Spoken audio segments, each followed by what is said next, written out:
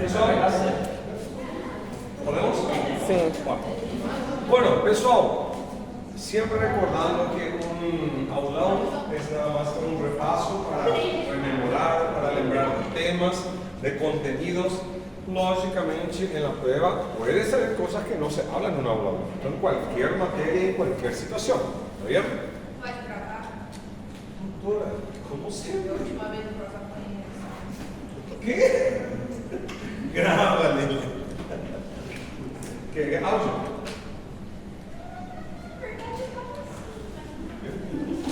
Oh, meu Deus do céu. Bora, Lília, larga de conversa. Bueno, tá bom. Ok.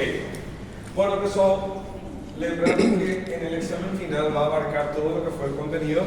Parece mucha coisa, mas realmente não é tanta coisa assim. Porque finalmente, si vocês pensarem un poco, gran parte de lo que es la parte estructural del material genético es básicamente biología. Entonces no es necesariamente una cosa muy nova. ¿Está bien? Pero bueno, vamos a avanzar y vamos a intentar terminar lo más rápido posible para que ustedes puedan tener tiempo otra vez de volver a mirar, estudiar y prepararse. ¿Ok? Bueno, primeramente, doctores, lembrando como siempre dije, siempre, todo lo que es historia normalmente no entra. Porém, a única coisa, digamos así, de la historia que pudiera salir, en un caso, ¿quién es considerado el padre de la genética moderna? Y en ese caso no podemos esquecer que es Gregor Mendel. ¿Ok? Eso no podemos olvidar, hasta porque justamente él fue el que hizo los postulados de la herencia que hoy día conocemos como las leyes de Mendel. ¿Está claro?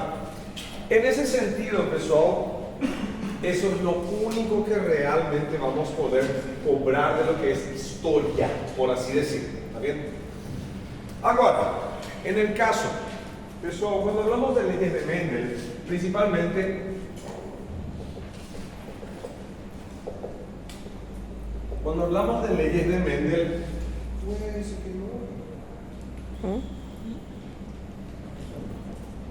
¿se ve más o menos? No, pero da para ver. Pero bajo. ¿Qué otro? Vamos a ver si no lo tiene uno. Eita! Ele nasce Nádia. Esse anda bonito.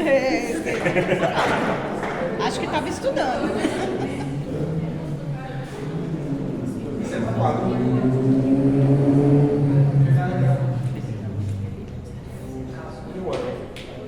Pilote. É o mais top.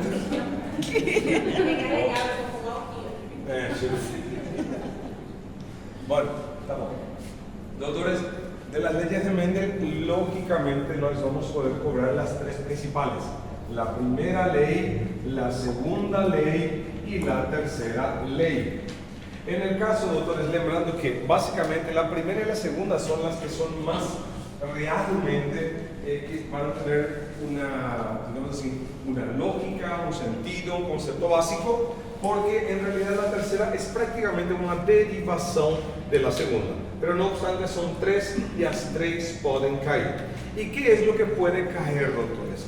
Primeramente, lembrando que cuando hablamos de las leyes, no se olviden que cada ley está creado o fue creado por Mendel para explicar y para definir una situación específica. Y cada ley acabó teniendo un nombre en particular. En el caso, doctores, la primera ley es la que llamamos de la ley de la uniformidad. ¿Ok? No se olviden de eso. Ahora, ¿y por qué llamábamos de la ley de la uniformidad? Porque en este caso, doctores, lo que nós fazíamos era la asociación o la cruza de seres puros. ¿Lembram?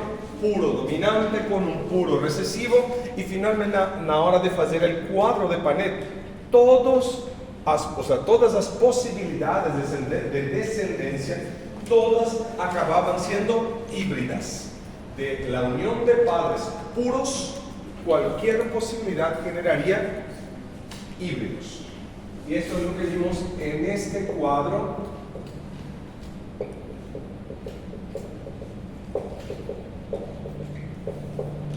como vocês poderão ver, pessoal, no se olviden que en la primera ley lo que nosotros vimos es que de la cruza de seres puros, olhem lá em cima, 2 azão e al costado 2 azim, indicando que el progenitor de cima y el progenitor de baixo son puros, puros. Y até essa palavra puros, não se esqueçam que era uma palavra que o próprio Mendel estableceu em seus próprios postulados. Agora, en la segunda ley, aquí, doctores, ya hablábamos de una cosa, de la segregación. Primeramente, pessoal, ¿qué es segregación? Separação. Segregación es separar, romper, dividir. Porque, querendo ou não, doutores, uma coisa que Gregor já havia estabelecido também é que todos nós, para cada característica, na verdade, a gente teve uma informação que recebeu do progenitor masculino e outra que veio da progenitora feminina. E que necessariamente, isso aqui eu já tenho, é meu, mas na hora de eu transmitir para o meu descendente, eu não posso passar os dois, eu necessariamente vou ter que passar apenas um. Ou o que eu recebi do meu pai, ou o que eu recebi da minha mãe, independentemente. Tá bom? Então, esta é a segregação. Porém, doutores, na terceira lei também se habla de uma segregação. Isso é verdade. Também se habla de uma segregação. Porém, qual é a grande diferença da segregação da segunda e da terceira lei? Que no caso, esta segregação é de alelos. De alelos. Enquanto que a segregação da terceira lei,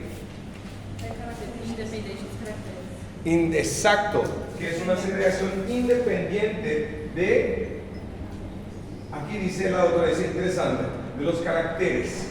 Mas o que quer dizer de outra maneira? De genes diferentes, não sendo alelos especificamente. Tá bom? Neste caso, doutores, não se esqueçam que aqui na segunda lei é o que a gente já tinha feito, que é a cruza de estes híbridos. E desta maneira,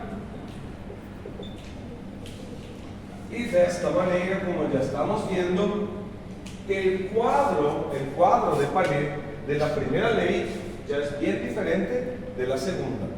Na primeira lei, os progenitores são puros, sendo um puro dominante, outro puro recessivo, e todos os descendentes híbridos.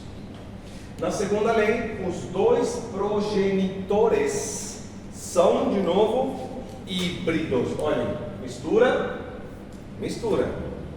Finalmente, aqui nós vamos ter quantos tipos de possibilidades de descendente. É que aqui, pessoal, uma coisa que nós não podemos esquecer quando a gente fala disso. Aqui é onde pode. Doutores, sempre lembrando que nós falamos na sala de aula. Pessoal, a nós, na medicina, hoje em dia, é de muita relevância, é de muita importância saber a cor das folhas das plantas que irão surgir a partir disto? Não.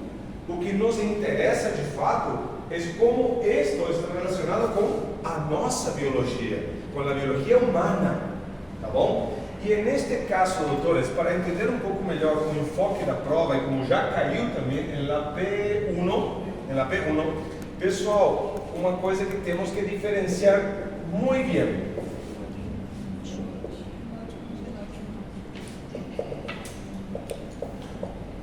Pessoal, não confundir, por favor. Fenótipo é o quê? Fenótipo é o conjunto de todas as características que exato, essa palavra é que vocês não têm que esquecer, que se expressaram numa pessoa. Agora, o que é genótipo? Conjunto de todas as informações que temos armazenado no nosso material genético, usando ou expressando ou não. Está bem? Então, nesse caso, Nesse caso, como que eu poderia complicar um pouco a prova? Assim como já foi na P1. Porque neste caso, doutores, observando aqui, na primeira lei, o genótipo dos 4 descendentes, o genótipo, são iguais ou diferentes? Todos iguais. Então, no caso, na primeira lei, todos os genótipos serão iguais. A questão, o fenótipo, vão ser todos iguais? Se fossem plantas, sim. No ser humano, não. Como exemplo que a gente tinha falado muito na sala de aula, cor de pele, cor de olho, cor de cabelo, e principalmente do olho, porque a gente falou que quem tem esta característica genética, que é uma mistura de dominante e recessivo, não se esqueçam que esta pessoa pode chegar a ter um olho bem escuro dominante, porque o ojo escuro é o dominante. Poderia ter um marrom, mel, verde, enfim, muitos tipos, correto? Então, isso aqui pode gerar diferentes tipos de fenótipo, principalmente na nossa espécie. Se fossem plantas, como são organismos um pouco mais simples, seriam praticamente quase todos completamente iguais. Agora, neste caso, pessoal, na segunda lei, aqui o genótipo era tudo igual. O fenótipo poderia variar. Aqui, o genótipo é tudo igual? Não, na verdade, só esses dois são iguais. Só esses dois, enquanto que este já tem outra característica e este já tem outro de novo. Então, doutores, aqui, como poderia complicar isto? Como já compliquei na P1. De repente eu poderia colocar esse quadro da segunda lei e perguntar para vocês, quantos tipos de genótipos podemos encontrar neste quadro?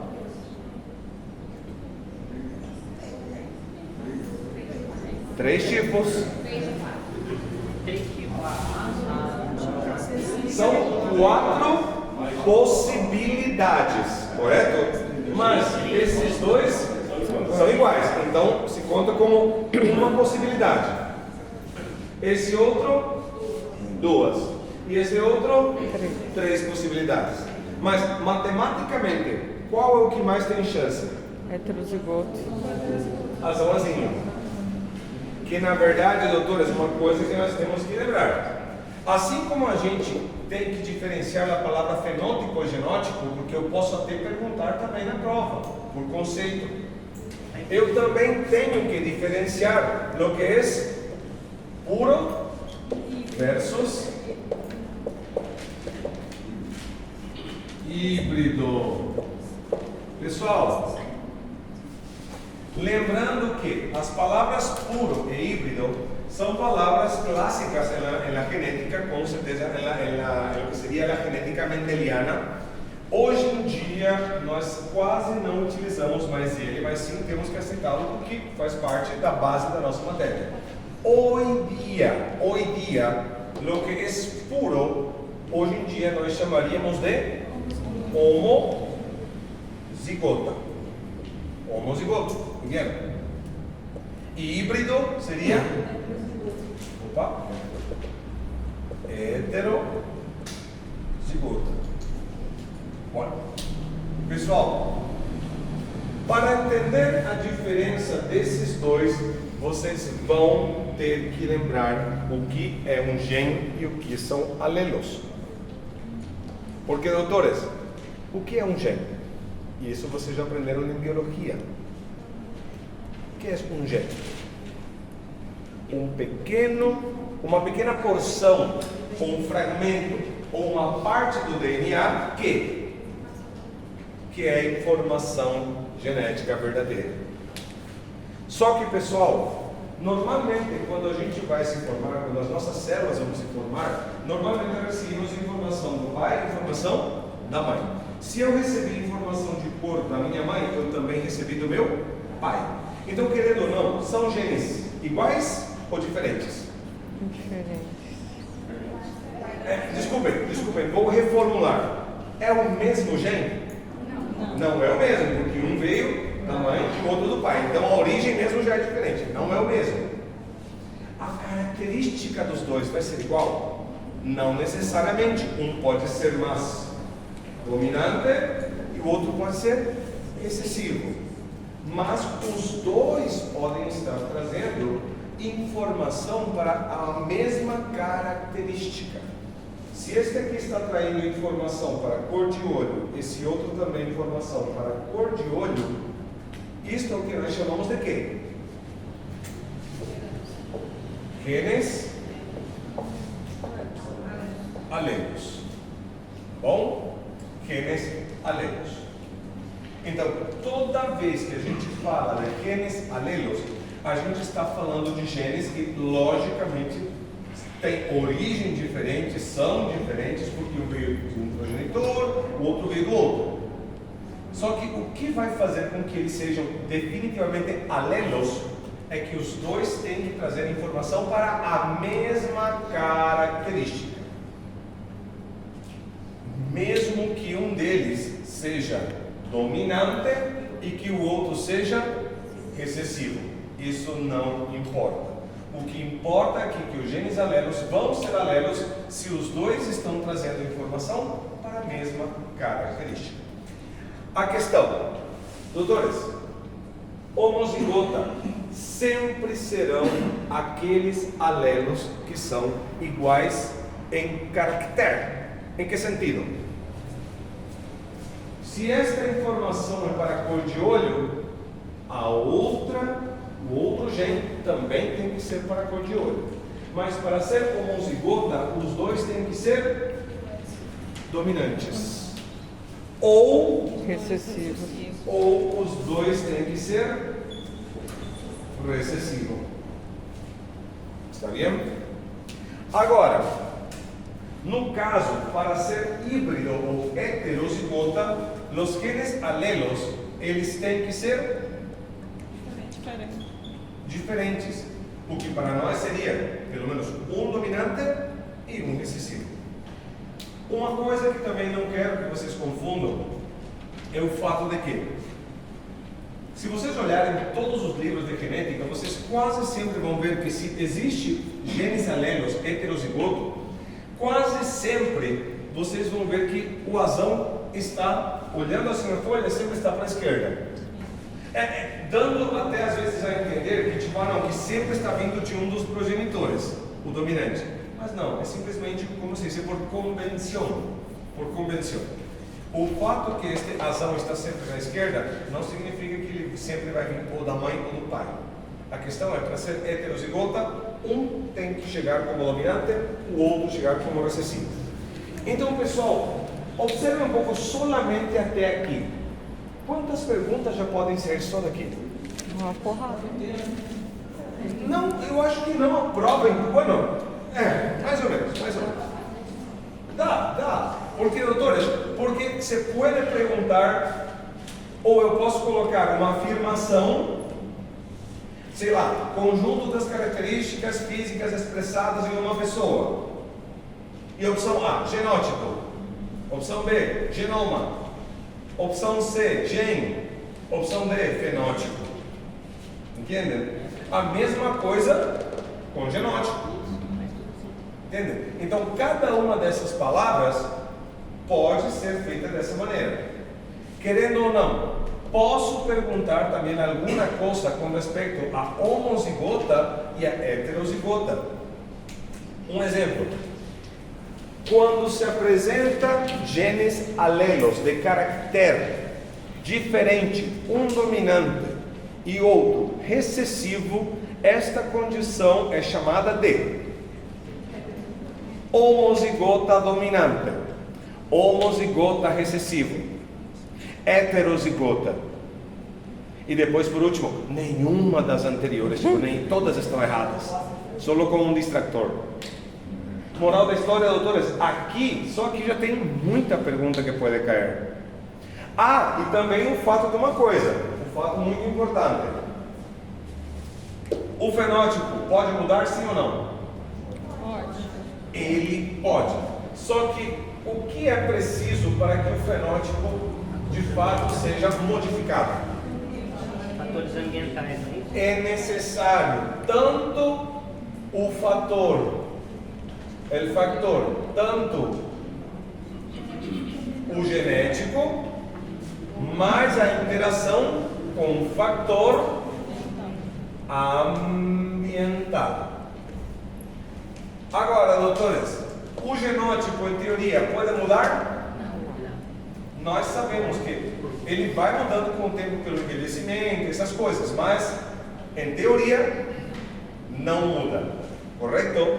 Então, este não muda. Este aqui muda. Mas em que caso? Quando existe uma condição genética e um fator ambiental. Então, mais uma coisa que pode ser perguntada. Pessoal, até aqui, está claro ou não está claro? Claro. Também, logicamente, pessoal, uma coisa que também temos que diferenciar claramente.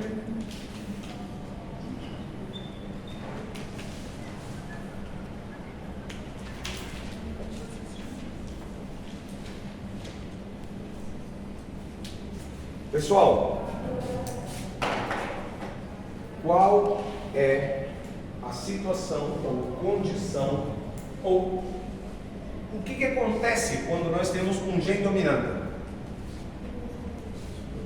Que normalmente os genes dominantes são aqueles que se expressam independentemente do seu par, ou seja, do seu alelo, porque ele é dominante.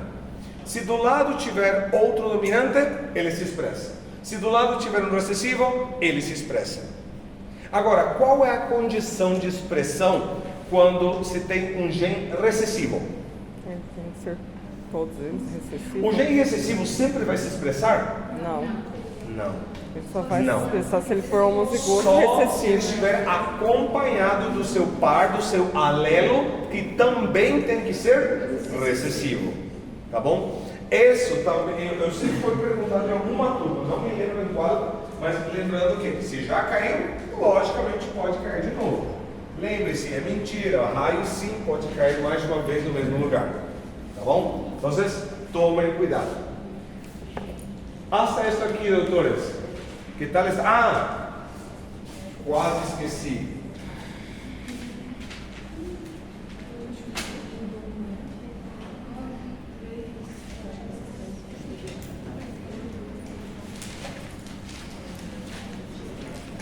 Quem lembra do quadrão, do quadro grande? Como fazíamos isso?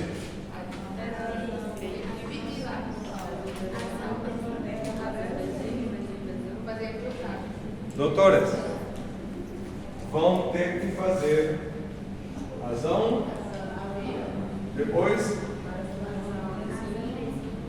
azinho e bezão e azinho e bezinho. A mesma coisa repetir desse lado. Opa. Muito bem. Pessoal, lembram deste quadro? Muito bem.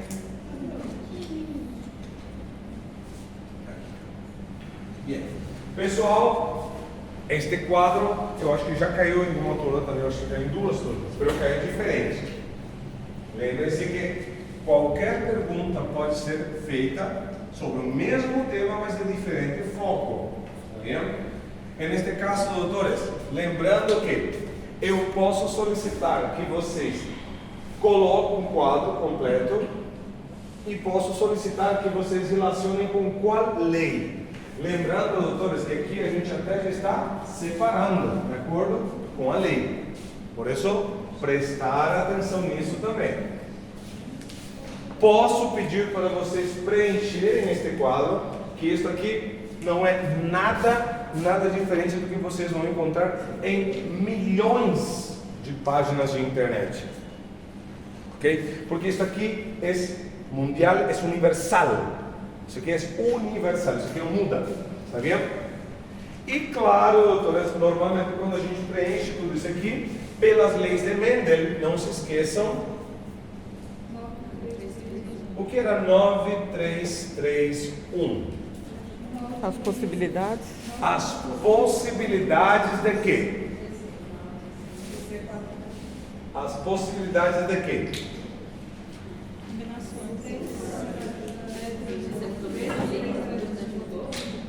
Só que aí está uma questão. Aqui a companheira, ela já dijo, só que ela falou o quê? Como dijiste, doutora? Dominante Liso e rugoso. Só que no caso, então se ela está falando de liso, de rugoso, ela está falando de genótipo ou de fenótipo? Fenótipo. Ela está falando de fenótipo. Então, doutores, essa regra 9331, ela fala especificamente de possibilidades de fenótipos, tá bom? Porque quero que vocês vão para casa hoje, tentem fazer de novo. Podem até olhar na internet se quiserem. Isso aqui é universal, não tem variação disso, não tem. É sempre a mesma coisa. Justamente por isso virou lei, porque não é imutável, é dessa maneira sempre. Agora, pessoal, é dessa maneira então. Lembre-se, isso aqui, como você já sabe, é simplesmente a gente ir repetindo da esquerda para a direita e de cima para baixo, tá bom? E dessa maneira vamos preenchendo todas as possibilidades, tá bom? Está claro? Pessoal, isso aqui não precisa nem pensar muito, é só vou repetindo e vou organizando certinho. Está claro? Pessoal, alguma dúvida em quanto a isto? Ok. Na parte de fenótipo, o muda ele só vai ser dois, não tem mais nenhum que vai Não mudar entendi, o doutor. fenótipo. Na parte do fenótipo, Ok. o que vai mudar o fenótipo é só o ambiente e a genética ou tem algo a mais que muda ele, que pode mudar o fenótipo? E normalmente, doutor, esses são os dois fatores, digamos assim, de uma maneira genericamente falando. Porque quando a gente fala de fator ambiental, aí pode ser muita coisa. É por isso que esse fator ambiental é tipo um nome genérico, mas que ele pode ser várias coisas, tá bom? Doutores, até aqui, vão lembrar disto? Moral da história. O que constata esta primeira lei? Uniformidade. Independentemente que os descendentes tenham a cara de um dos progenitores, internamente ele tem alguma coisa dos dois. A segunda lei, o que explica? Que das minhas duas características que eu tenho, de pai e de mãe, eu tenho que passar apenas uma. A pergunta é, qual dos dois tem preferência? Dominante. Qual dos dois tem preferência? Nenhuma. A chance é metade. Ou é um ou é o outro. 50-50. Por último, se eu já transmitir para o meu descendente cor de olho, necessariamente eu também vou ter que passar cor de pele? Não. Porque a segregação também é independente entre as características ou entre os caracteres. A segunda lei, ela é dependente ou independente dos aléns? Totalmente independente. Independente em que sentido? Independente se é dominante ou recessivo. Não importa. O dominante vai ter 50% de chance e o recessivo 50% de chance. Não tem essa. Ok? Está claro? Bom. Pessoal, até aqui deu para entender? Certeza? Ela aceitar a segunda lei, ela 50%, porque ela tem chance de dar 50% puro e 50% Poderia ser, porque na verdade aqui a metade é puro, só que um é puro dominante e outro é puro recessivo. E esses dois, de novo a metade, 50% híbrido. Dependendo do. Seria um pouco de sacanagem, né? Mas eu acho que não, eu acho até que caiu uma prova assim, ou não? porque teve uma Alguma Eu caiu, acho que 50-50. caiu. Exato, eu acho que caiu, é verdade. Porque essa cara, tio. Sacanagem, né, professor? É as pegadinhas. É sacanagem, será? É as pegadinhas. Tá bom, pessoal. Tá bom. Ok. Pessoal, hasta aqui. Vai na decoração. Foto. Tá filmando mesmo?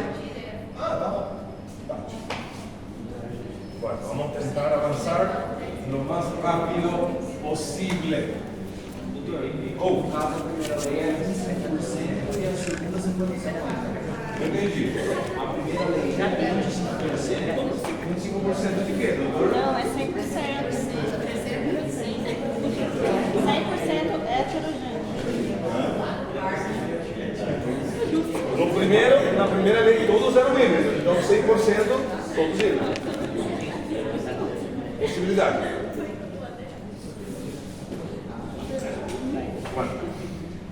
Pessoal, sempre recordando que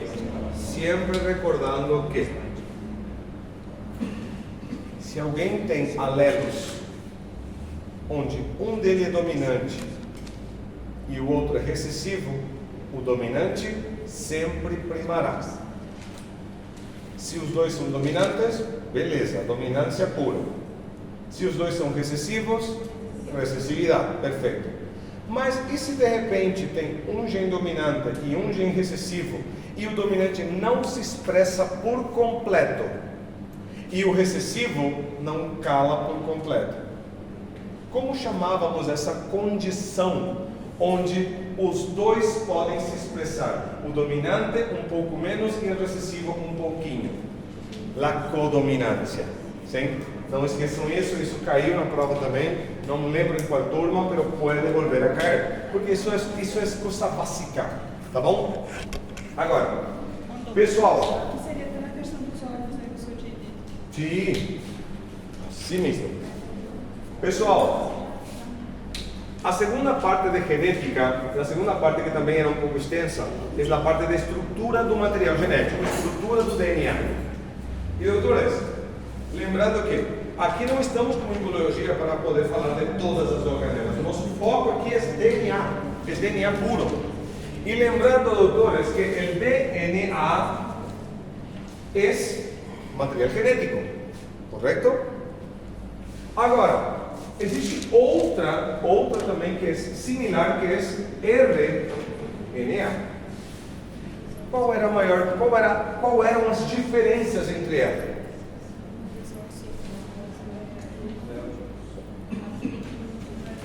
Uma delas é de dupla cadeia. RNA é apenas uma. Sempre lembrando que DNA ela é completa e super extensa, enquanto que RNA é apenas um fragmento. Não vamos encontrar um RNA que vai ter toda a extensão de um DNA completo. Porque lembrando que, doutores, RNA ela teve que ter surgido a partir de um gene que era informação. Agora, o DNA por completo, ele em partes é informação e em partes é simplesmente estruturado, ok? E nesse sentido, pessoal, uma coisa, RNA, ele pode ser de vários tipos, só que principalmente ele pode ser mensageiro, ribossômico e transportador, transferidor ou de transferência. Os três nomes dá na mesma. Sin embargo, doutores, aqui uma questão. Se é ribossômico, tem que estar no citoplasma ou no retículo endoplasmático. Mas tem que estar fora do núcleo. Mensageiro, uma hora ele pode estar dentro do núcleo, mas uma hora fora. O transportador tem que ajudar ao ribossoma, fora do núcleo. O que significa que o RNA é o que pode, de fato, é gerado no núcleo, mas depois ele sai. O DNA, que pode ser de dois tipos, não se esqueçam. Nuclear e mitocondrial. Muito bem. O DNA nuclear ele está completamente impossibilitado de sair do núcleo. Ele tem que estar sempre no núcleo.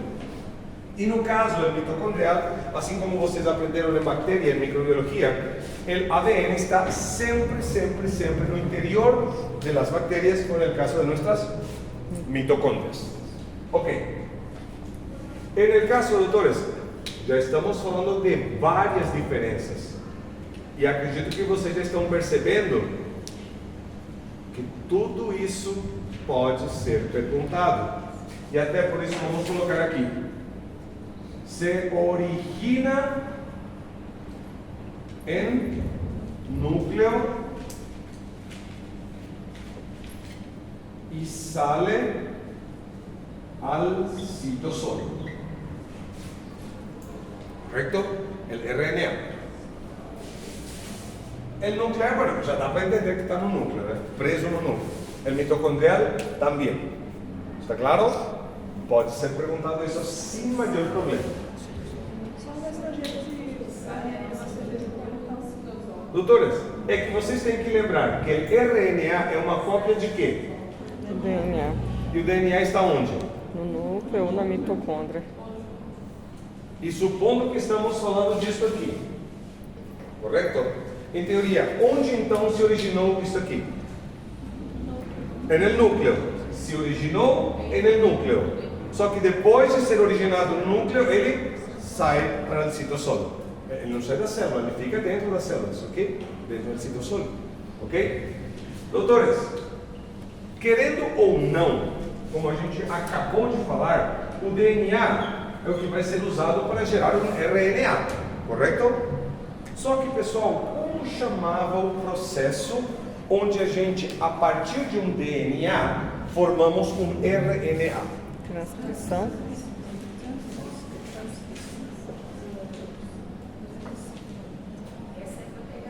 Essa daí que é o meu Por quê? Negativo. para fazer aquela que você colocou na prova. Não. Porque vocês não têm que confundir é quando é utilizado principalmente um RNA mensageiro para formar proteínas, este processo que chama tradução. Não confundir. Tá bom? O primeiro é transcrever. É que eu já falei para vocês. O que vocês fazem na prova, transcrever a prova do colega na prova de vocês. Repetindo a definição de transcrição. A transcrição é o processo onde é tirada uma cópia parcial do DNA, que na verdade é uma cópia dos genes, só do gene. Lembrando, doutores, que não se faz RNA de parte estrutural, só de gene. Está vendo? Enquanto que a tradução é o processo de formação de proteínas ou sequência de aminoácidos usando como base um RNA mensageiro. Está vendo? Por isso, não confundir essas situações. Agora, uma questão também, doutores, que com certeza temos que lembrar. Saúde. Pessoal, tanto DNA como RNA tem que estar formado por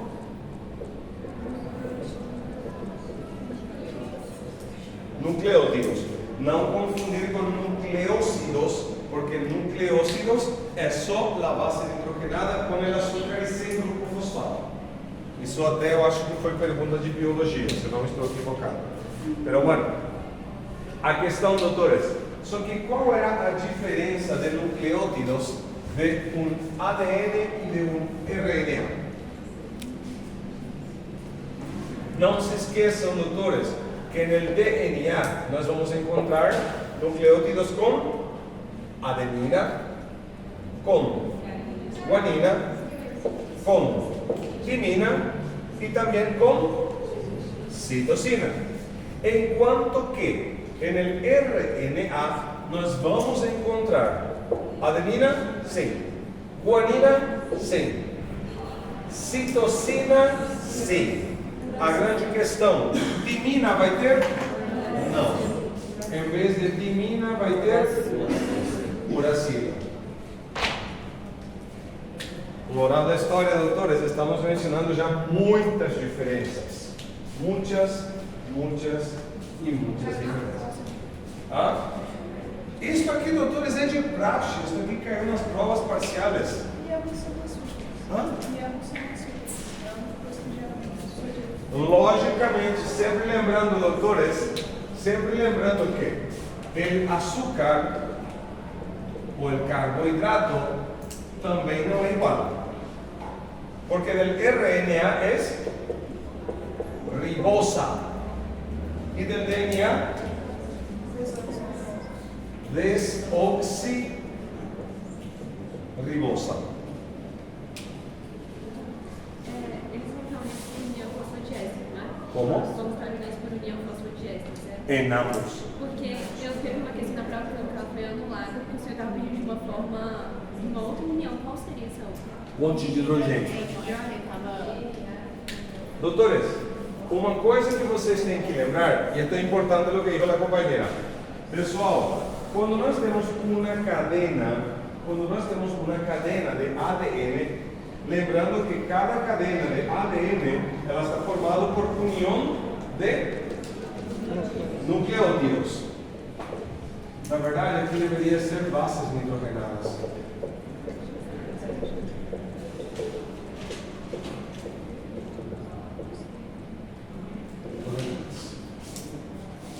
Sempre lembrando, doutores,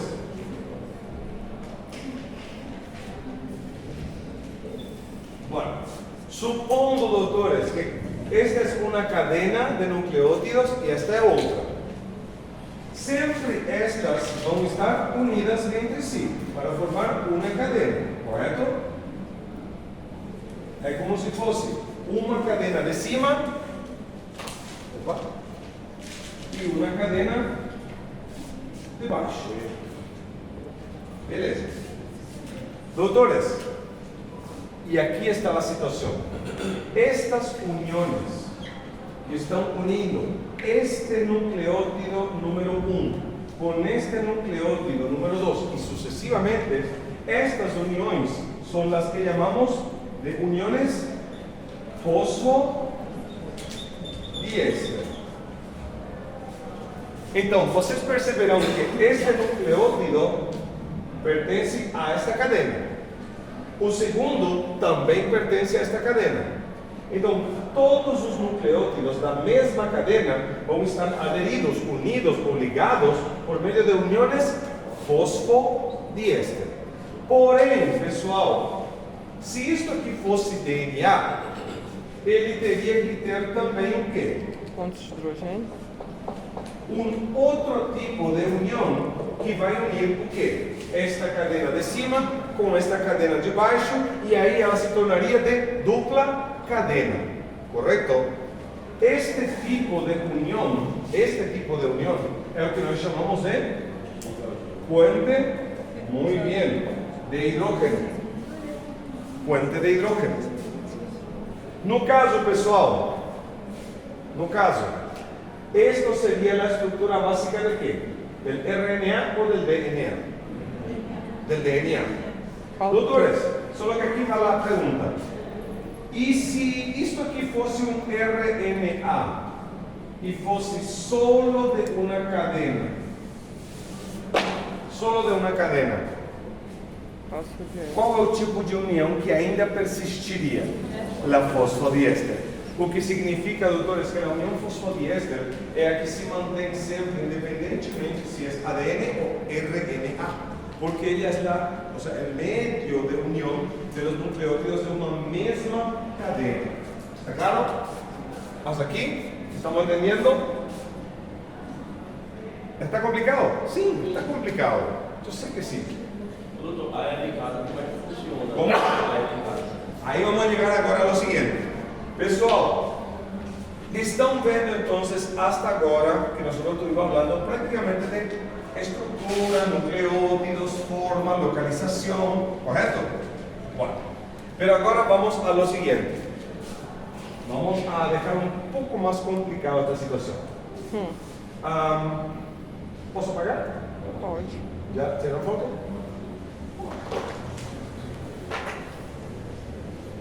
E vamos falar agora rapidito.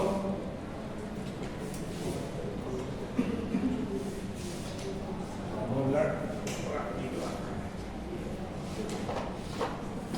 Pessoal, outra vez deixamos aqui Otra vez dejamos aquí nuestro DNA. Lembrando, doutores, o nosso DNA nuclear, que está no núcleo, ele é uma estrutura de material genético única ou fragmentada? Única. O DNA nuclear. Nuclear. O DNA que está no núcleo de nossas células. ¿É uma estrutura única ou são vários pedaços de material É genético? única. Entonces son fraccionados. ¿Y cómo se llaman esos fragmentos grandes de material genético? Cromosomas. Muy bien. Muy bien. Doutores, ¿cuántos cromosomas tenemos normalmente dentro de nuestro núcleo celular normal? 46. Eu falei pares ou quantidade? Não falou nada. Tá bom. Tá bom, tá bom. Temos 23 pares ou 46 cromossomas individuais, dos quais vocês sempre têm que lembrar que 22 pares, um par. O que era isso aqui, pessoal? Um par sexual. Os 22 Isso aqui era a pares. classificação de los pares de cromosomas. Lembrando que os 22 pares, os 22 primeiros pares, não esqueçamos, são os chamados autossômicos ou somáticos. Enquanto que o último par, o par 23, até vamos colocar aqui, é o par sexual. Que de novo, se hablamos de términos completamente naturales, sem alteração genética nenhuma, ele vai poder ter duas variações: XX, XY. Duplo X para uma pessoa de sexo feminino, XY para uma pessoa de sexo masculino. Está claro, pessoal, até aqui? Bom. Moral da história, pessoal, o que podemos perguntar disto até aqui? Muito. Podemos perguntar: o material genético nuclear está fragmentado ou único? Ou de repente, o material genético nuclear ele se encontra exclusivamente no núcleo, não podendo sair. E no seu interior, o DNA se encontra fragmentado em 23 pares de cromossomas. Verdadeiro ou falso? Verdadeiro. Eu fui muito extenso, mas na hora pelo menos vai ter a prova para vocês lerem. Na verdade, o que eu acabei de falar, quando vocês voltem a ler, a ouvir e a ver, é verdadeiro. Porque é verdade, os pares de cromossomas estão obrigatoriamente no núcleo, não podem sair, e normalmente são 23 pares. Ok? Tá bom? Não esqueçamos disso.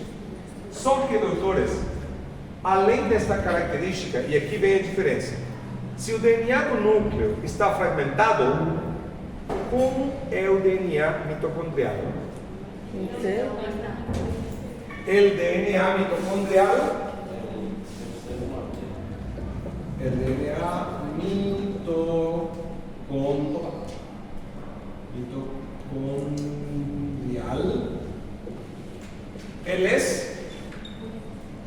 único.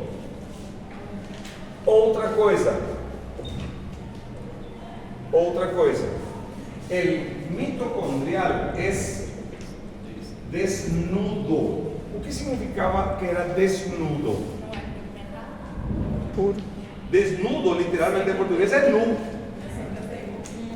Aí está. Normalmente o 100% DNA mitocondrial informação. ele não está associado com proteínas.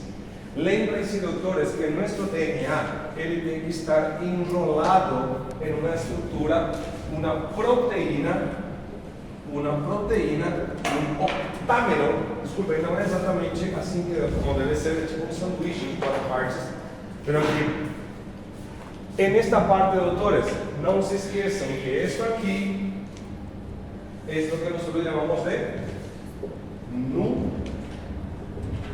nucleosomas. E a parte de los nucleosomas, doutores, é justamente a parte do DNA que está enrolado nestas proteínas. Assim como já disse a companheira, então significa que o DNA do núcleo está associado a proteínas, enquanto que da mitocôndria, não. Outra questão muito importante. O DNA mitocondrial é completo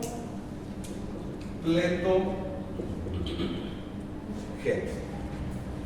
O que significa? Não tem nada de informação vazia ou sequência de nucleótido inútil. Tudo é informação. Está vendo? Tudo é informação. Sin embargo, doutores, en el DNA nuclear, nós já vamos encontrar duas partes principais. A eucromatina e a heterocromatina. Pessoal, nesta situação, uma coisa que temos que lembrar. A eucromatina é a parte do DNA que ele está um pouquinho enrolado, mas menos enrolado, não tão condensado, não tão enrolado, tão forte, até o ponto que ele pode ser separado e tirar essa informação que está dentro dele. Sin embargo, doutores, a heterocromatina é uma porção do DNA que está extremamente enrolado, muito fortemente enrolado, que praticamente não vai dar para usar nada que está dentro dele. Ou não é nada, ou simplesmente não dá para usar. Moral da história, é informação que a gente não vai utilizar. O que... Desculpa? Pode falar. Não sei quem falou. Ah, não. Agora então. O que eu quero então que lembremos que normalmente no nosso DNA nuclear nós vamos encontrar tanto uma parte de DNA que é informação e uma parte que não é informação. Só que, doutores, pelo geral, quantos por cento do material genético nuclear de fato é informação? 30%. 30% que? E 70% estrutural. É só para manter o comprimento, o formato, a sequência dos genes, mas de fato, pessoal, não mais do que isso. Está vendo? Por isso, por favor, não esqueçam disso. Aliás, deste 30%, quantos era para gerar RNA mensageiro? 3. Apenas de 30%.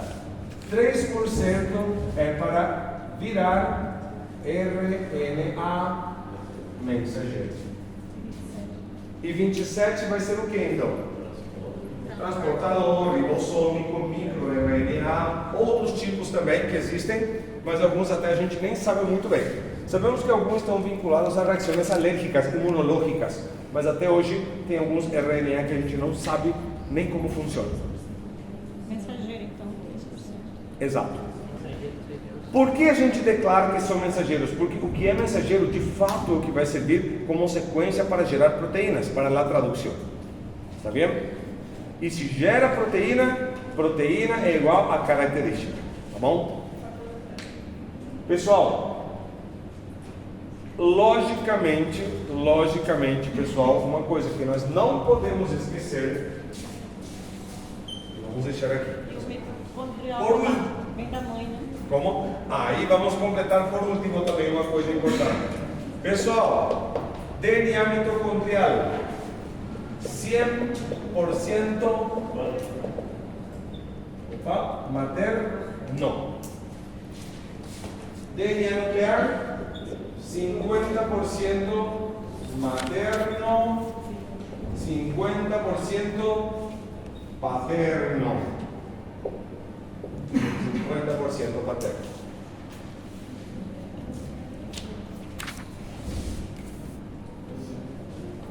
Bom, pessoal, não esqueçam disso. E agora, doutores, uma coisa também que nós não podemos esquecer.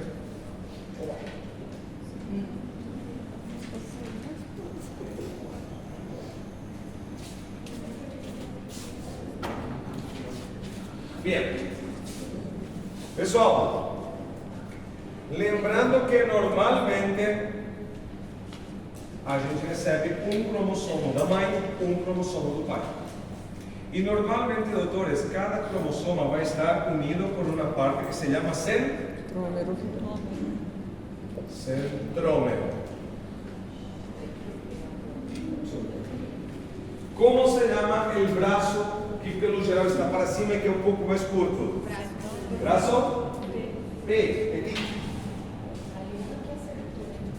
E o braço que pelo geral está para baixo e é mais comprido? Braço Q. Largo ou braço Q. Como era chamado, pessoal, as extremidades dos cromossomas? Muito bem. Telómeros.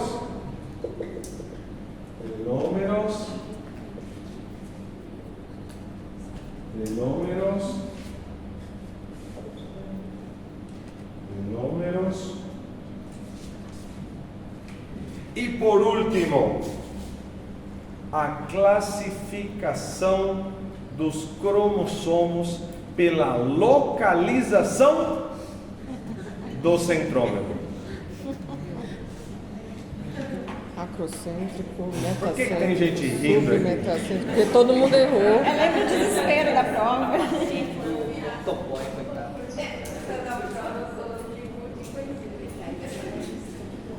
Bueno, doutores, Metacêntrico, se o submetacêntrico. centrômero, em teoria, estiver o mais no centro possível, como chamávamos? Como se chamava esta?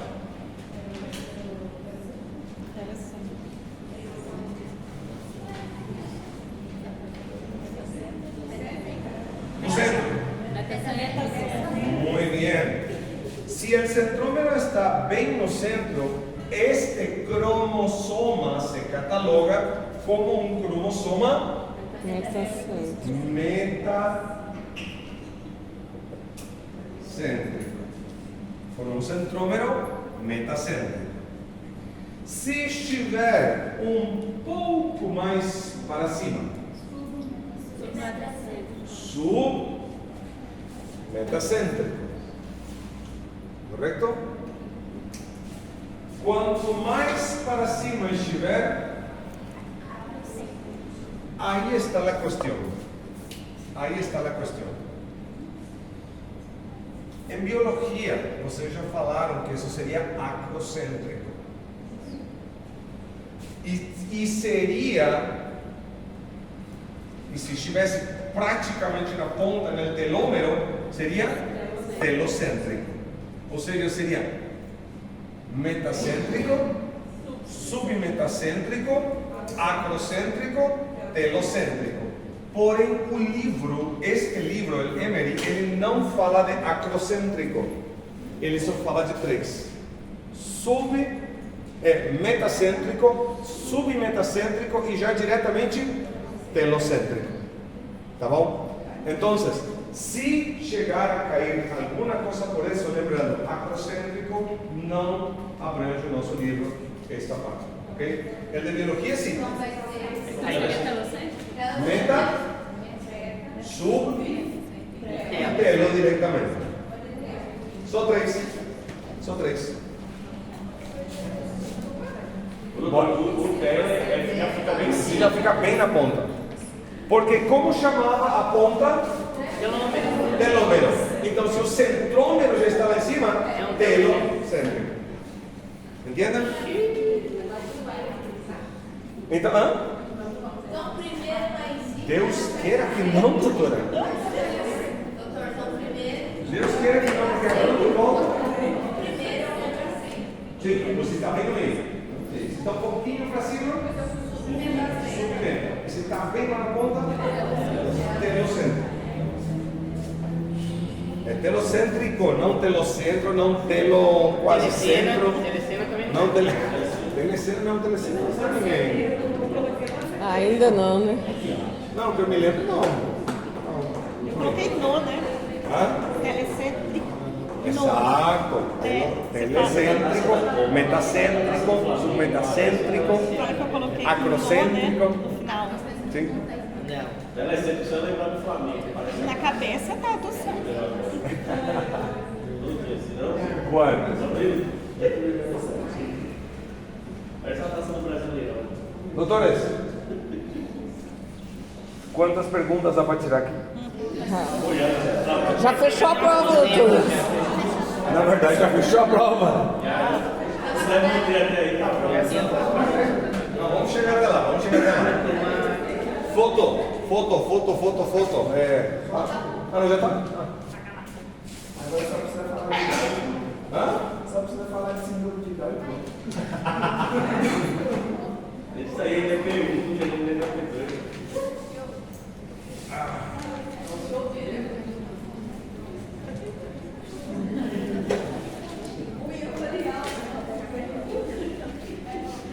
Você pensa muito alto ali. Ai, meu Deus. Tá bom. Doutores, hablando de la parte conceptual clásica, Mendel, leyes, estructura del ADN, lembrando, doutores, que uma hora, assim como a gente viu, a gente falou da transcrição. Só que, doutores, uma coisa que a gente não pode esquecer, que existe também o que é a duplicação. Mas também na transcrição também existe. Lembrando, doutores, que só para antes de passar a lo que é a mutação, sempre lembrando que, da maneira como a gente acabou de ver agora,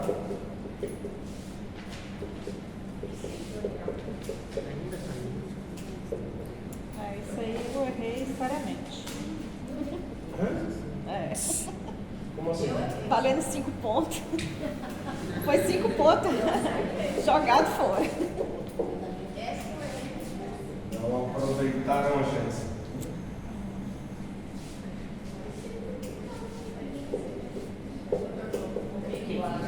Queria, eu tentei.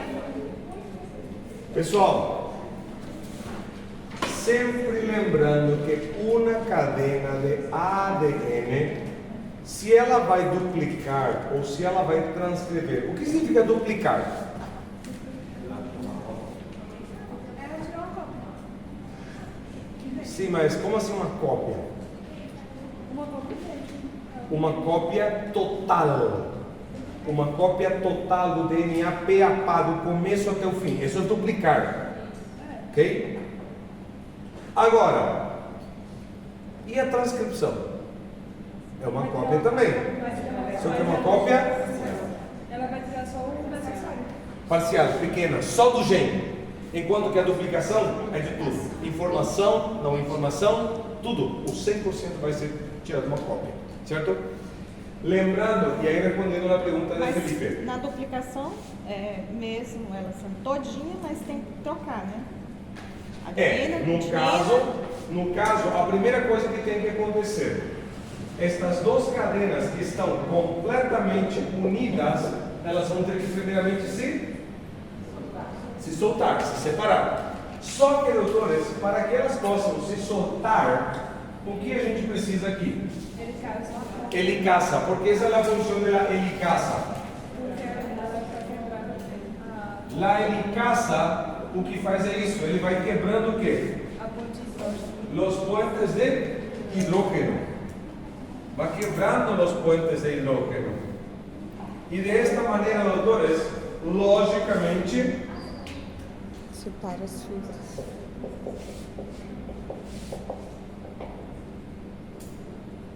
de esta maneira, finalmente, as duas cadenas se separam.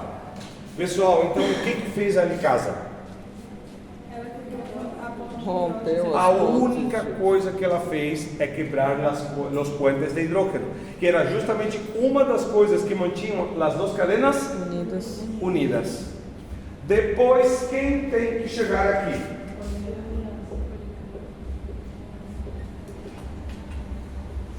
Pessoal, se diz DNA polimerase, é porque vamos fazer o quê? Transcrever ou duplicar? Duplicar. Essa é a questão. Se diz DNA de polimerasa, é para duplicar.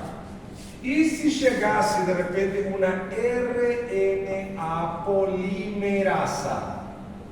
Isso aqui é para quê? Para transcrever. Está claro? Então não confundam, por favor, DNA polimerase para duplicar, RNA polimerase para transcrever. Mas nesse caso, o que nós queremos agora é usar a DNA polimerase. Queremos duplicar. E neste caso, o que vai fazer a polimerase? Simplesmente completar de novo esta cadena.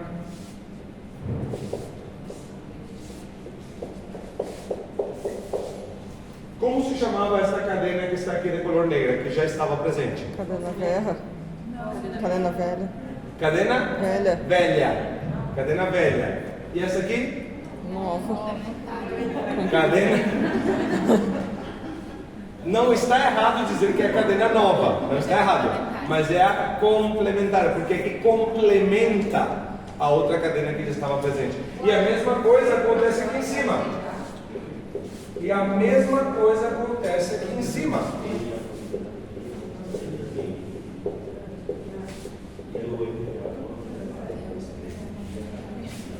Muito bem. Aí, doutores, finalmente, então, o que a gente acabou fazendo graças à helicasa e também à ADN polimerase? Duplicação. Duplicou por completo. Se tínhamos 46 cromossomos e agora duplicou tudo, temos quantos cromossomos? 92. 92. Que depois, em teoria, os 92 voltam a se separar em 46. 46 para uma célula e 46 para outra. Está claro, doutores? Beleza? Tranquilo? Vocês perceberam que a gente falou agora há pouco que existia diferença entre a DNA polimerase e a RNA polimerase, certo? Mas vocês perceberam que a helicase mudou? Não. Não, é a mesma. Está vendo? É a mesma. Agora, o que também podemos mencionar, que é diferente, que no caso, na duplicação, a gente utiliza topoisomerasa 1 e 2. 1 e 2. Agora, na transcrição, a gente só utiliza topoisomerasa 1. Por favor, não esquecer disso. Vamos colocar aqui. Transcrição, duplicação. Nos dois, vamos ter que utilizar o quê? Topoisomerase. Helicasa. Em los dois. Helicasa. Aqui vamos ter que em transcrição RNA olívico. Na duplicação DNA polimerase. Na duplicação topoisomerasa 1 e 2. E neste caso, topoisomerasa somente o tipo 1.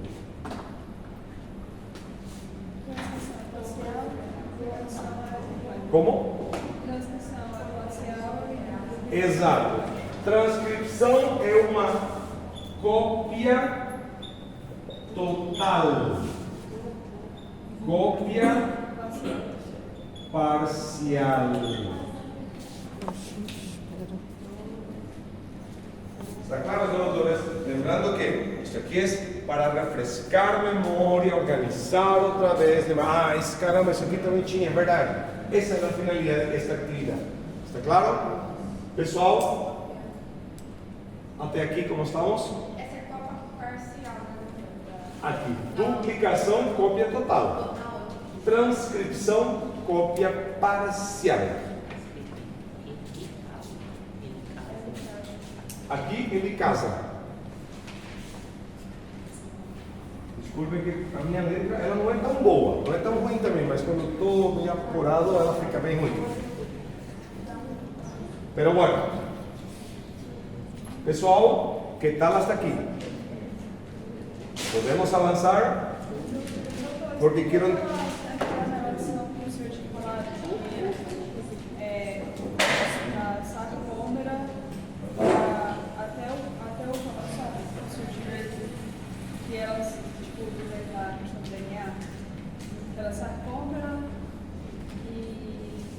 essa câmera? Não. Isso é físico. Isso é físico de biofísica. Não, tipo, essa câmera não. Ela chega pra misturar. Mas é que o senhor tinha falado até o cromossoma até o DNA completo, que o senhor tinha falado. São as partes que o senhor tinha até mostrado uma imagem pra gente que ela fica. Bueno, pode ser que o que eu posso estar imaginando que seria isso tem uma imagem onde está mostrando somente a cadena de DNA.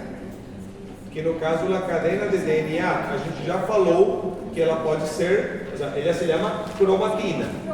Cromatina. Mas a cromatina, ela tem duas partes, a super enrolada e a não tão enrolada. A não tão enrolada, que tem informação, eucromatina. A que é muito enrolada e não dá para usar, é heterocromatina. Mas enfim, a cromatina, ela vai se enrolando nas proteínas, lembrem? Nucleossoma. Sim? Porque o senhor tinha mostrado que tinha um passo a passo, nucleossoma até cromossoma. Sim. No caso seria cromatina enrolado nas proteínas do nucleossoma, depois começa a se enrolar de novo e os nucleossomas ficam formando tipo florzinhas, que são chamados de solenoides. Solenoides. Por último, os solenoides vão dando mais, vão se enrolando cada vez mais até chegar a um cromossomo. Ah não, então, recordar, a sequência é só DNA, cromatina, depois já enrola no núcleo soma, depois formam os solenoides e por último, cromossomo. Bom? Coloquem essa sequência: cromatina, depois mais enrolado em proteínas, nucleossomas, vai se enrolando cada vez mais, solenoides, e por último, se enrolando cada vez mais e formando o cromossomo. Lembrando que os cromossomos sempre devem estar em pares. Um de origem paterno, um de origem materno. Estão unidos por el centrómero. Tem um braço para cima curto, braço T. Tem um braço longo para baixo, braço E. E tem as extremidades telômeros. Ok? Solenoides. E depois, já os cromossomos. Uau. Pessoal, até aqui? Duplicação é esse. Como? Duplicação é esse. Esta es duplicación.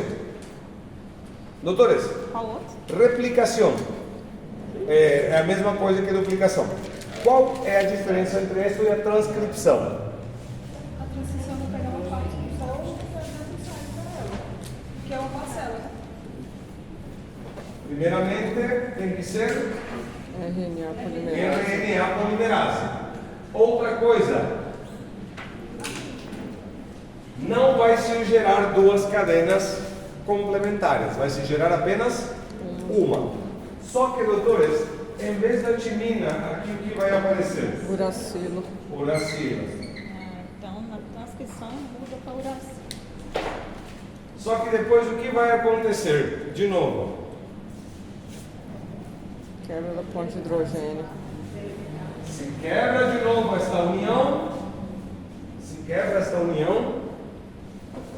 o RNA sai dali, este aqui sai daqui, e o que acontece com esta cadena que ficou aqui embaixo?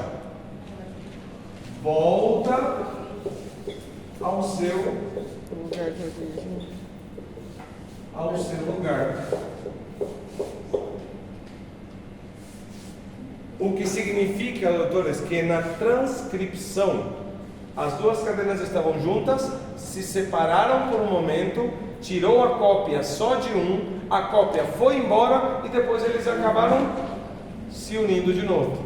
Moral da história, a quantidade de cadenas não mudou nada. Simplesmente tirou uma cópia parcial, pequena. Aí seria essa daqui.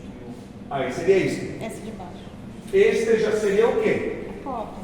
Este seria o RNA, enquanto que o de cima continua sendo DNA. o DNA.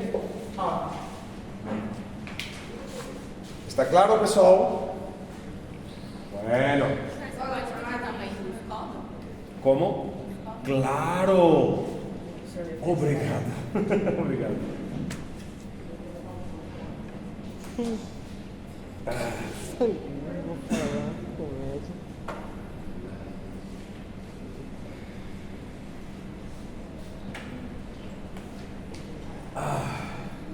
Bora. Pessoal, acontece que, vamos supor que este é um RNA mensageiro, tá bom? Quando esta mensagem chegar até o ribossoma, o ribossomo ele vai ir lendo de 3 em 3. E no caso, doutores, a sequência de 3 nucleótidos do RNA mensageiro é o que nós chamamos de códon ou triplete. Só que, doutores, para que isto funcione,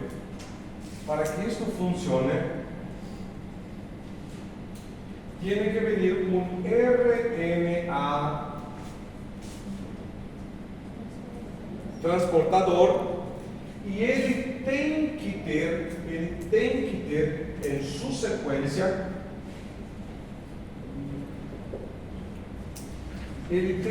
uma sequência que, no caso, pessoal, observem um pouco esta sequência. A adenina sempre tem que estar enfrentado com quem? Uracilo. Com a timina, só que como estamos falando de RNA, a timina muda por uracilo. Se aqui tem uracilo, aqui tem que ter Adenina. Se aqui tem guanina, aqui tem que ter Citosina. Moral da história, vocês percebem que este aqui é o nosso códon, correto? E qual era o nome desta sequência que era a inversa do códon? Muito bem. Anticódon. Então, doutores, lembrando que o códon é o que a gente encontra onde? No RNA mensageiro. Enquanto que o anticódon a gente encontra em quem? Transportador. No transportador.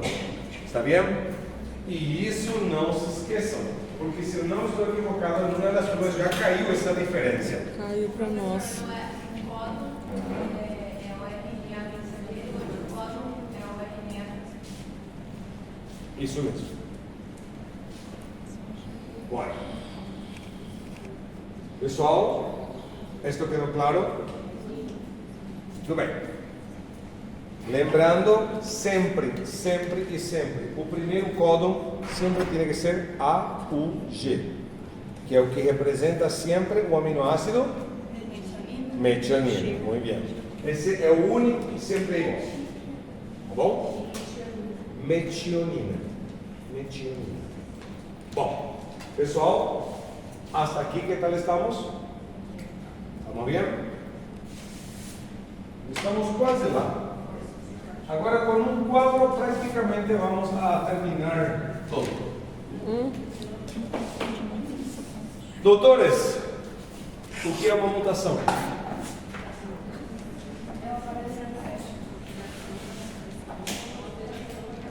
Uma mutação é qualquer tipo de cambio que pode sofrer o material genético. Qualquer.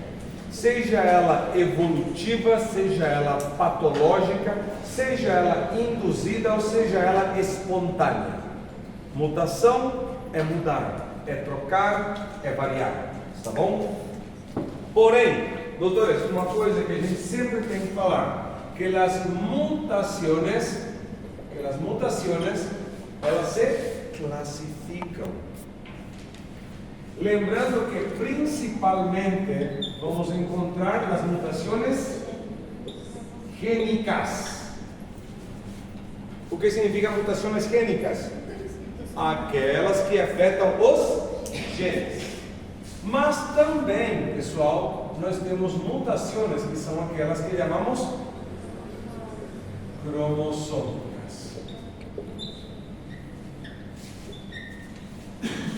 Pessoal, desta maneira, não esquecer uma coisa.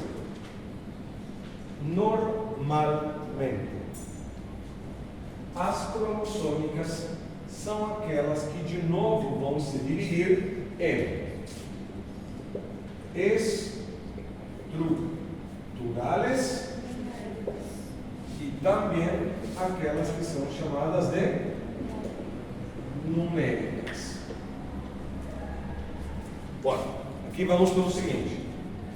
Pessoal, mutações gênicas, pelo geral, elas afetam unicamente que? Genes. Não afeta parte estrutural.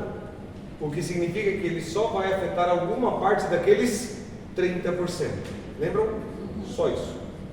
Sin embargo, quando a gente fala que uma mutação é cromossômica, significa que ele já é de maior envergadura, ele consegue alterar bem mais, podendo afetar não somente a parte de informação, sino que também pode deletar, eliminar por completo até a parte estrutural. Então, isto aqui afeta aquele 30%. As cromossômicas podem afetar 100% de um cromossomo, tanto a estrutura como o gene. Está claro? Bom, só que aqui, pessoal, uma coisa que nós temos que lembrar. As mutações gênicas são várias, são muitas. E normalmente, doutores, aqui nós vamos encontrar várias causas. Porque quando a gente fala de mutações gênicas, a gente pode falar daquelas mutações onde são afetas apenas um gene. E como é chamado quando é afeto apenas um gene? Monogênica. Muito bem. O que significa, doutores, que pode ser monogênica, pode ser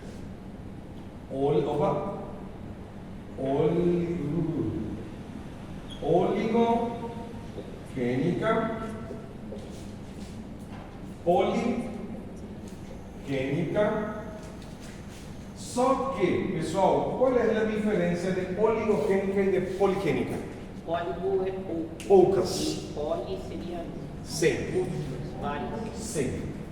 Mono, oligo, poli. Porém, doutores, uma coisa que nós falamos em classe, e isto está cada vez mais se está constatando, pessoal, que em realidade, tanto as oligogênicas como as poligênicas, cada vez mais estão vinculadas a las que são multifactoriais. Doutores? Sim. Só essa questão, sei que você vai explicar. A multifactoriais e poligênicas não é a mesma coisa. Conceitualmente não. Porque, doutor, pensemos um pouco. Se você está lendo em alguma parte, diz que uma pessoa tem uma condição, uma doença, uma patologia, e que esta patologia, ela é poligênica. O que o senhor tem que entender? Que esta patologia está ligada à alteração de vários genes. Só isso. É isso que quer dizer. Agora, se você ouvir ou estiver lendo que uma certa patologia, uma certa condição, um certo síndrome, ele é multifactorial. O que significa? Que nesta situação é preciso que exista algum fator de predisposição genética. Aqui nem estamos falando de quantidade. Aqui só estamos falando, é preciso um problema genético ou uma predisposição genética, mas sobre essa predisposição também o que tem que existir? um fator ambiental. É que nem a gente falou também na sala de aula isso, por exemplo, o caso de câncer de pulmão. Necessariamente,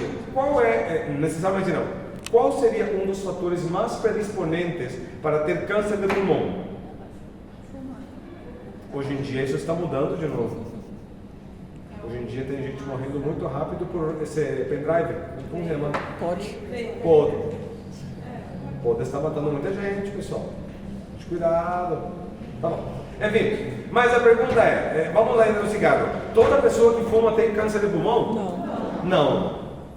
Por isso, doutores, há que entender aqui. Quando a gente fala que é uma condição, doutores, multifactorial, a única coisa que quer dizer que tem uma certa quantidade X, muito, pouco, bastante, de gene alterado ou predisposição genética, mas tem que estar em contato, tem que haver um contato com um fator ambiental. Só isso. Então, multifactorial, ele não fala especificamente, diretamente de quantidade. Só fala que tem que haver uma interação. Gene, predisposição genética, ambiente. Ok? Agora, doutores, até aqui, uma coisa que a gente falou, doutores, sobre as enfermidades monogênicas, que elas poderiam ter duas situações bem diferentes. A gente falou que quando há uma alteração monogênica, ela pode estar vinculada a um gene dominante ou pode estar vinculada a um gene recessivo. Doutores, que uma coisa que vocês não podem esquecer. Quando nós falamos que aqui temos uma mutação monogênica que afeta um gene dominante, pergunta: se esta pessoa tiver um gene dominante alterado e um gene recessivo, esta pessoa vai ser doente ou sadio ou portador? Portador.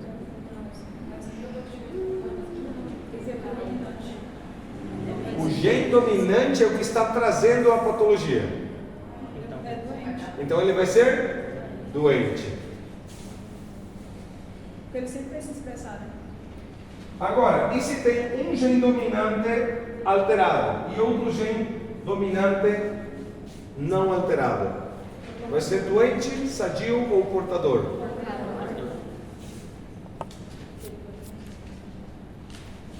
Doente também. Pode até ser um pouco menos do que o caso anterior.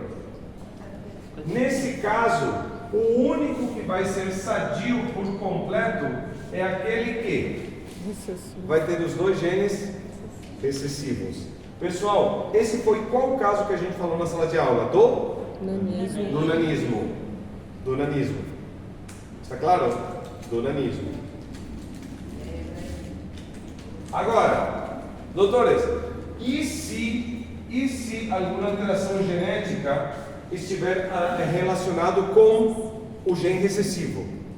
Nesse caso, tendo um gene dominante normal e um recessivo alterado, essa pessoa vai ser o quê?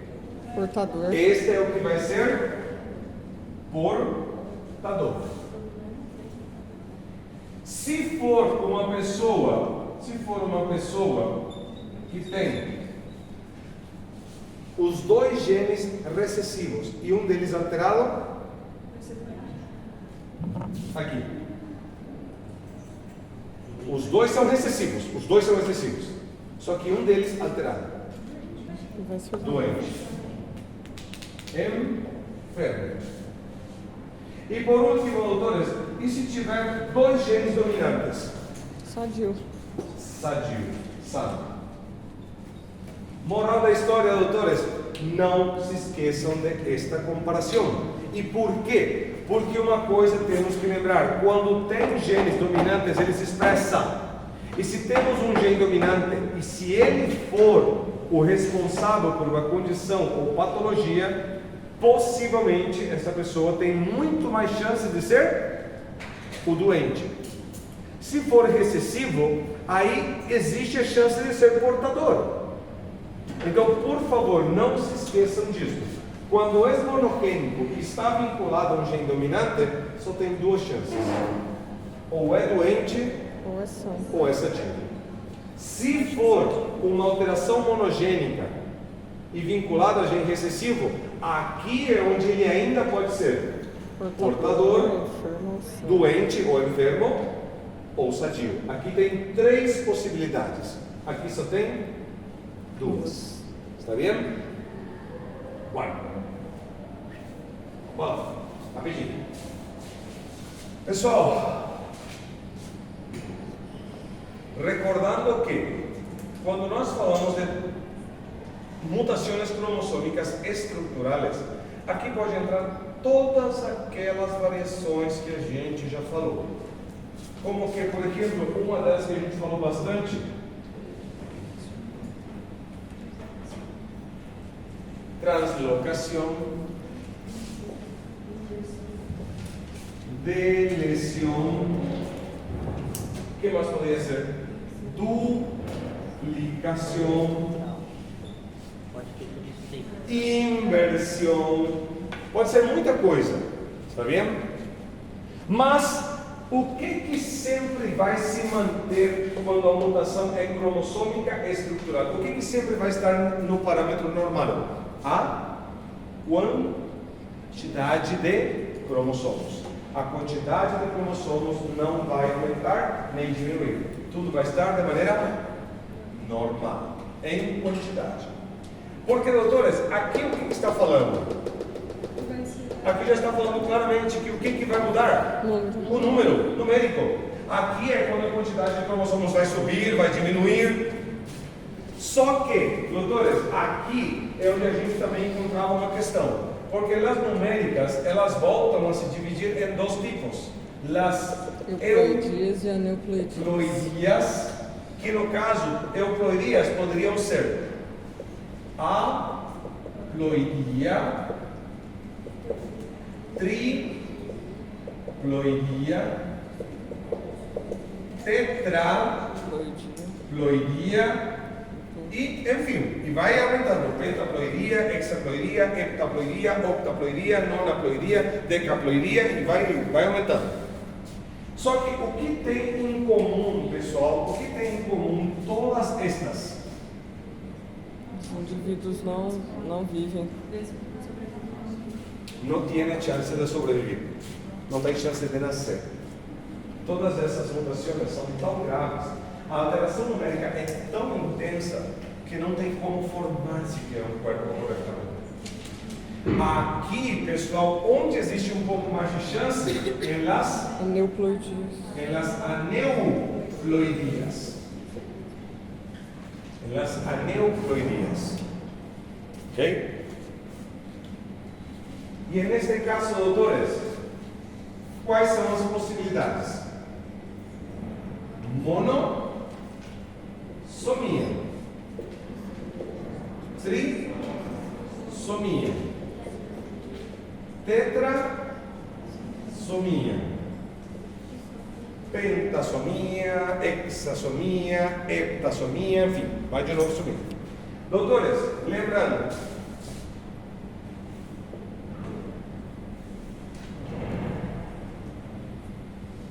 de novo, doutores, lembrando que se estamos falando de uma aneuploidia verdadeira, que acontece em um cromossoma de los pares somáticos, lembrando que monossomia, de novo, pelo geral, não nasce. Tetrassomia, não nasce. Pentassomia, não nasce. E no caso, doutores, trissomia sempre vai nascer? Depende muito bem. Quando ele afeta principalmente os últimos pares de cromossomas somáticos, tem um pouco mais de chance. Quando afeta mais perto dos primeiros, é quando de novo não tem chance. Está vendo? Então vamos lembrar dessas sequências. E neste caso, doutores, lembrem-se do que a gente já falou principalmente. Down, Eduardo, Fatal. Lembrando que, doutores, Down é trissomia dele, Eduardo e Fatal, que poderiam acontecer por trisomia, que é o mais comum. O que mais vai produzir um síndrome de Down, Eduardo Patal, são trisomias. Só que do 18, do 13 ou do 21. Mas a gente falou que também poderia ser o quê? Translocação. Lembre-se, também poderia ser isso. E finalmente, uma coisa que é o mais raro de todos, que é o mosaicismo ou mosaico. Que era o mais raro de todo, mas pelo menos é o que tinha maior probabilidade de ter melhores condições fisiológicas, menos alterações, mais condição de vida. Está vendo? Doutores, até aqui, que tal? Uma coisa que também a gente falou sobre isso não é mutação. Não é uma mutação propriamente dita, mas se acontecer no lugar errado, não é um problema. Porque, doutores, isso eu vou colocar aqui no canto. E pronto. Pessoal, o que era a impronta genômica? A impronta genômica, doutores, primeiramente, é um processo patológico ou natural? Natural. É natural. Segunda coisa, ela é específica para certos genes ou ela é completamente aleatória? Completamente aleatória. Então ela é natural, ela é aleatória e normalmente é por meio de um processo de metilação. O que vai acontecer com o gene que sofre uma impronta genômica? Vai se expressar. Ele não vai conseguir ser expressado, ele vai ser bloqueado, ele vai ser inutilizado, ele não funciona mais. Existe sim ou não? Existe. Pode ser transmitido ao descendente? Não. Pode. E o melhor de tudo é que quando é transferido, a metilação ou a impronta é transferida também? Não. Lembrando que a impronta é individual em cada corpo. Um gene improntado, ele sim pode ser transferido ao descendente. E ao ser transmitido, ele não vai transmitir a impronta, a não ser que se repetir no corpo do filho. Isso sim seria complicado. Doutores, só para completar também isto. Doutores, qual é a diferença?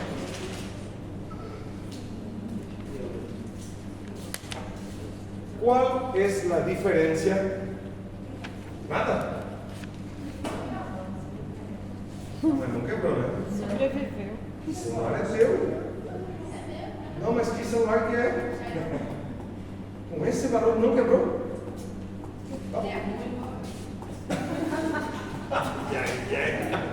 Bueno, por último, doutores, uma situação que hablamos também: síndrome de Prader-Willi e síndrome de Angelman. O que eles tinham em comum? Que afeta o 15º par de cromossomas, braço B ou braço Q? Que localização? Qual locus de genes? 11, 15. Eu só guardei o nome. Ele afeta qual cromossoma? O 15? É o 15, 11. Lembrando que o síndrome de Prader-Willi e o síndrome de Angelman, eles vão afetar a los genes que se encontram no 15º par de cromossomos, no par 15, braço longo ou braço Q, locus ou localização de gene 10 até o 13. Ok?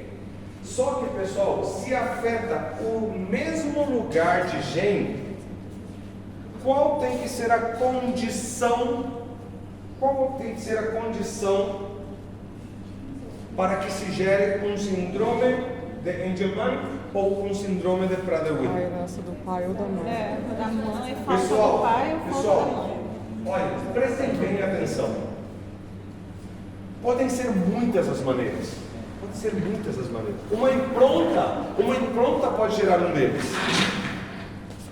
Só que, pessoal, uma coisa que outro dia eu falei para um aluno e acredito que ficou um pouco mais claro para ele. Pessoal, vamos deixar bem claro. Qual dos dois, pelo geral, tem uma limitação neurológica um pouco maior? O Engelmann ou o Prader-Willi? O Engelmann. O Engelmann é o que tem uma condição neurológica um pouco mais limitada, tá bom? Tá bom. Então vamos lembrar disso. Engelmann é um pouco mais limitado, Prader-Willi um pouquinho melhor, tá bom? Tá bom. Pessoal, pelo geral, quem é mais tapado, homem ou mulher? Homens, muito bem. O homem. Não, o homem é sempre mais tapado. Quero arrumar filho. Bueno, pero doctores, miren, presten atención. En el síndrome de Engelmann tem muito do pai tapado e menos da mãe. Por isso ele é mais limitado. Prader-Willi tem muito da mãe e menos do pai tapado. Então ele é menos limitado.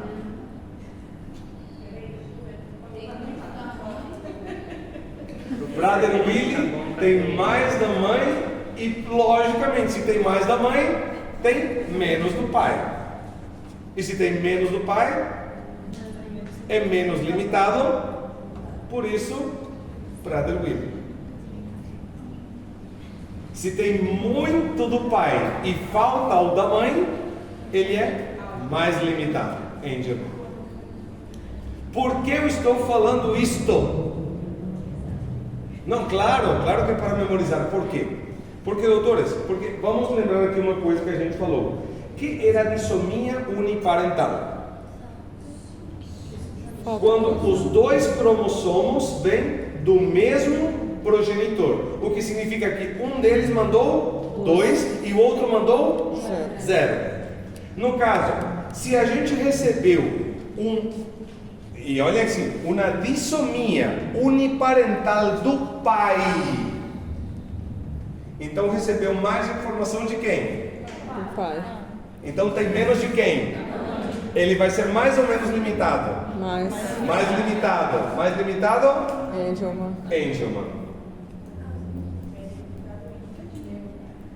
Se recebeu uma dissomia uniparental da mãe, os dois veio da mãe, tem muito da mãe, pouco do, ele é mais ou menos limitado? Menos. Então é Prader-Willi. Vamos dar o seguinte: recebeu informação da mãe, recebeu informação do pai. Em teoria, normal. Tudo certo, né? Mas o da mãe agora sofreu o quê? Impronta. Então o que ele perdeu de novo? Perdeu de quem? Da mãe. O que está sobrando? Do pai. Vai ser mais ou menos limitado? Mais limitado. Então vai ser? Engelmann. Muito bem. Doutores, leiam as perguntas, identifiquem o que está faltando e o que está sobrando. Sobrou mais do pai? Vai ser mais limitado. Engelmann. Sobrou mais da mãe? Menos limitado. Prader-Willi. Só que aí vocês vão ter que ver o que eu vou colocar na prova. Tá vendo? Só lembrar disso. O que está faltando é o que vai definir. Certo? Bem. Ele é amada. Não entendi. Alguns livros dizem del 10 al 13 porque abrange um pouquinho mais. Mas alguns também, eles limitam. Até alguns, a doutora fala 11 e 13. Tipo, excluindo 12.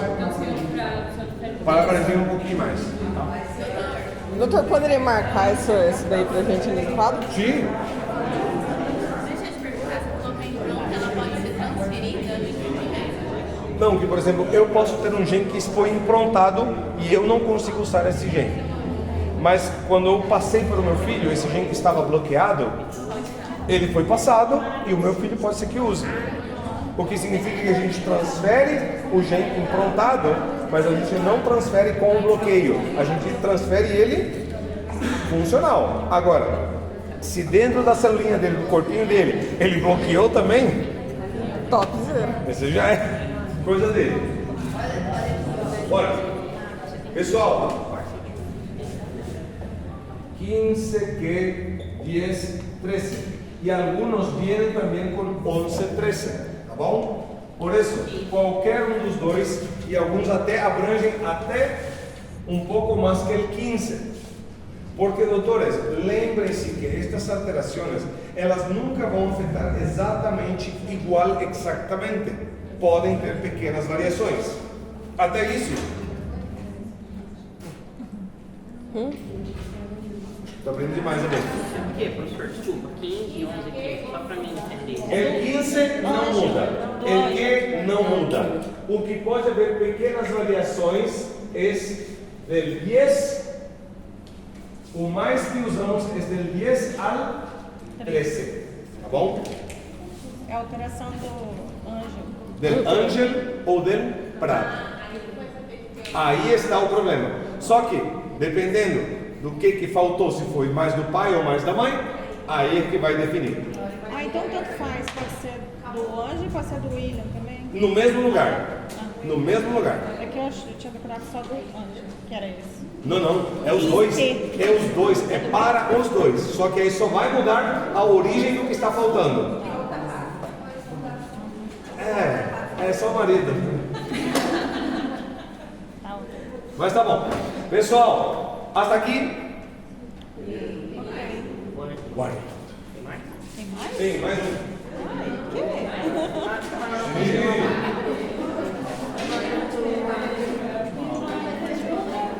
Marca de uma vez.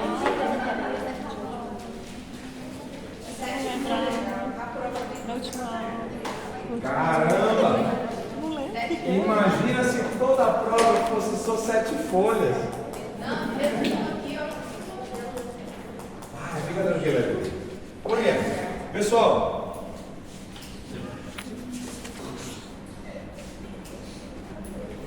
Última aula aqui foi disseminação.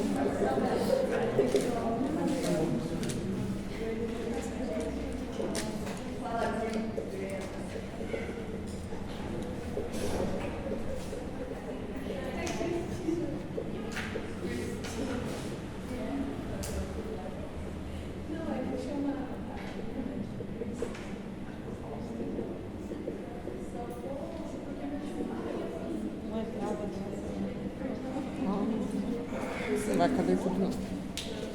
Vamos partir para a forma antiga.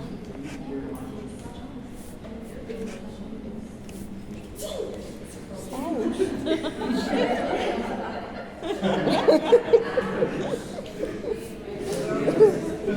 A doutora achou que fosse uma criança.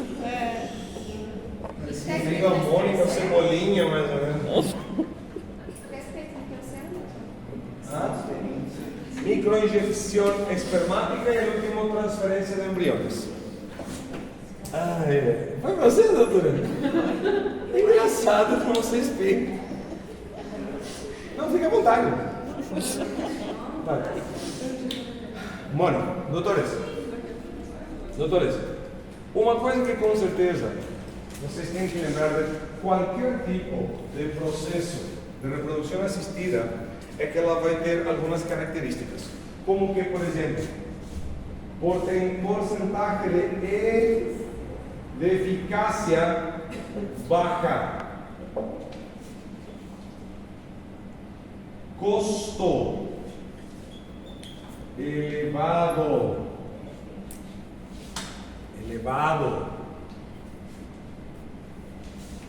tratamento, além de tudo, tratamento muito longo. E no caso, doutores, lembrando que a inseminação é o processo de introduzir sêmen em realidad ya va a depender de la técnica, o directamente en útero o trompa. Útero o trompa. va a variar. ¿Qué es la FIV? La fertilización in vitro. Es literalmente fecundación en medio de cultivo. En microbiología, vocês não viram varios medios de cultivo? Sí. Aquí también es básicamente lo mismo, solo que es un medio especial, donde tiene ciertas características de humedad, temperatura, tiene también de ciertos tipos de componentes líquidos, elementos, en fin. Pero doctores, es básicamente un medio de cultivo, donde la fertilización o la fecundación debe de acontecer aparentemente de manera natural, pero en lugar artificial.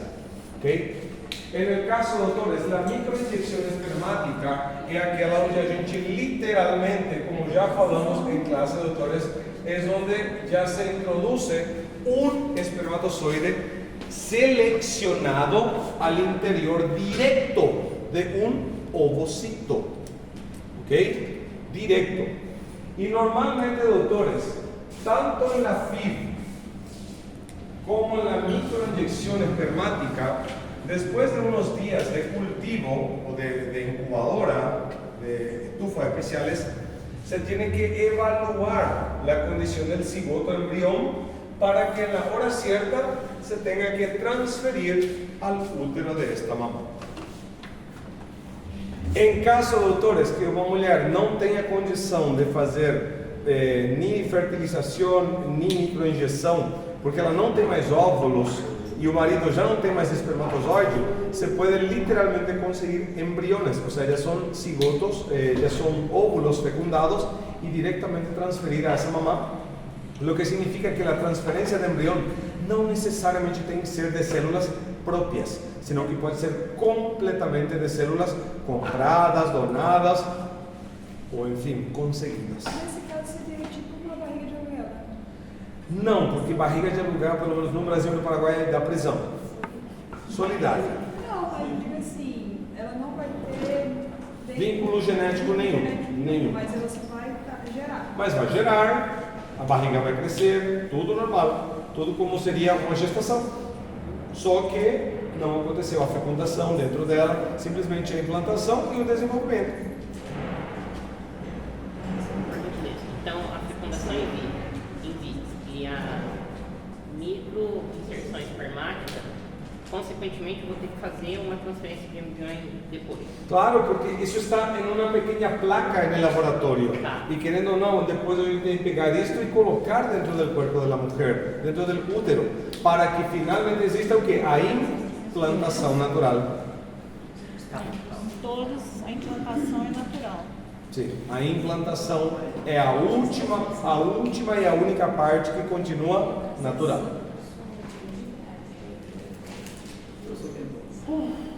Pessoal?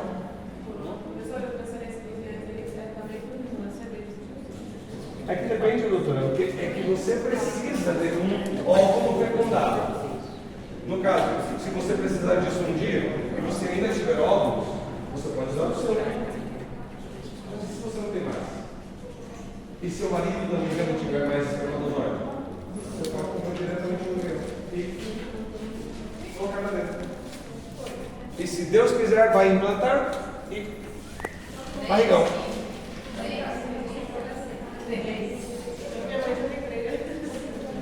Bueno, pessoal, esto es un repasão de todo el contenido.